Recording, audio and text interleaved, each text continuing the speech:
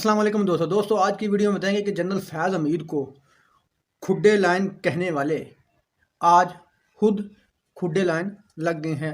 اٹک پار کا تانا دینے والے زمین بوجھ ہونے والے ہیں۔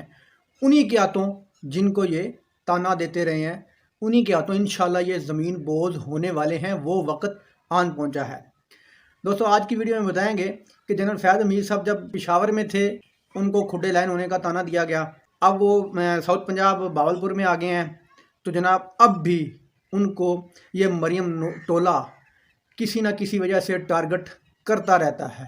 میں اس امپورٹڈ کمپنی مریم نواز ٹولہ اور زرداری ٹولہ کو یہ پیغام دے دوں کہ جناب جن کو آپ کھڈے لائن لگانے کا تانا دیتے رہے ہیں یا مولانا فضل الرحمان مولانا ڈیزل جن کو اٹک پار کہہ کر جن پر تنقید کرتا رہا، اسی بندے نے آپ کو ٹھوکنا ہے، اسی بندے نے آپ کو انسان بنانا ہے۔ اگر آپ لوگ یہ پوری کی پوری 13 کی 13 پارٹیاں اگر آپ کو اپنے آپ کو محب وطن سمجھتی ہیں تو جناب آپ کو پتہ ہے کہ جنرل فیاض حمید صاحب کو کون نہیں چاہتا کہ جنرل فیاض حمید صاحب آرمی چیف بنے۔ امریکہ نہیں چاہتا، اسرائیل نہیں چاہتا اور بھارت نہیں چاہتا۔ اگر آپ اتنے محب وطن ہیں تو جناب آپ ساری 11 کی 11 پارٹیاں یہ اعلان کریں کہ بھائی ہم فیاض حمید کو ہم اگلا آرمی چیف بنائیں گے، کیونکہ امریکہ نہیں چاہتا، پاکستان کے دشمن ممالک نہیں چاہتے، اسی وجہ سے ہم فیاض حمید کو ہی آرمی چیف بنائیں گے۔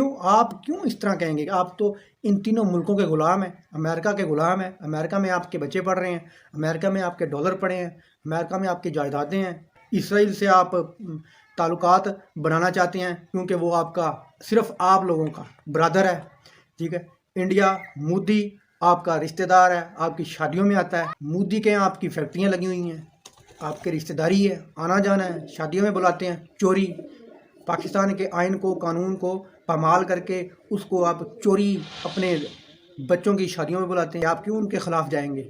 آپ کی تو بہت گہرے روابط ہے ان کے ساتھ۔ انشاءاللہ آپ دیکھنا عمران خان آئے گا، عمران خان جنرل فیض کو ہی لگائے گا۔ جن کو پاکستان میں ان سے تکلیف ہے یا جن بیرونی ممالکوں کو ان سے تکلیف ہے، ان کی تکلیف مزید بڑھنے والی ہے۔ آپ کی چیخیں 7ویں آسمان تک جائیں گی جس دن عمران خان صاحب ان کو آرمی چیف کا عہدہ دیں گے۔ دوستو ویڈیو اچھی لگی تو لائک کرنا، چینل کو سبسکرائب کرنا۔ اللہ حافظ۔